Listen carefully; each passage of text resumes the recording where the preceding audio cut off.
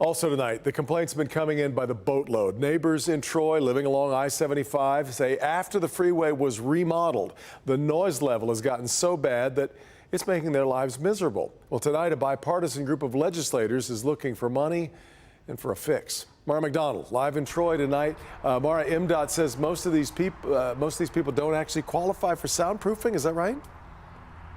That's right, Devin, and I want you to take a listen to what this sounds like. We are on Square Lake Road. 75 is behind us. It's 10 o'clock at night. This is not a high travel time. Take a listen. Can you imagine hearing this level of noise in your backyard? There are subdivisions that ring this entire area. I mean, people's backyards are essentially where I'm standing right now. And this is what they hear now. They are furious. They have been told, most of them, that no help is coming. But, and there's a but, a bipartisan group in Lansing is trying to do something. Take a look. Literally, when I go in my backyard, it sounds like I'm standing on I-75 changing a tire. Over and over, neighbors describing the change since 75 was modernized in Troy. They turned out in force Tuesday as MDOT released the results of its noise study into all the complaints.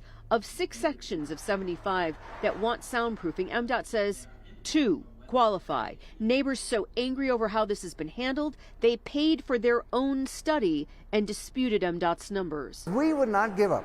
It's our lives, it's our kids' lives, it's our neighbors' lives. Those who represent Troy in the legislature have been getting desperate calls for help. This is a situation where people who had a little bit of highway noise a few years ago now have it not only seeping into their backyards throughout their neighborhoods or making them have to go in their own backyards and yell to communicate with each other, it's getting in their houses. Representative McDonald and her colleagues, Representative Kuhn and Senator Weber, both Republicans, are banding together to get an appropriation to at least get walls up in the 2 spots MDOT gives the okay to.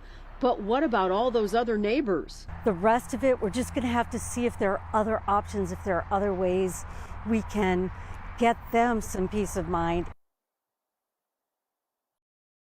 Here live, something to consider. There are an awful lot of engineers who live in these subdivisions along Square Lake. They are compiling so much data, and they're not just sending it to MDOT, they're sending it to their legislators. And legislators like Representative McDonald, she understands why people are so upset.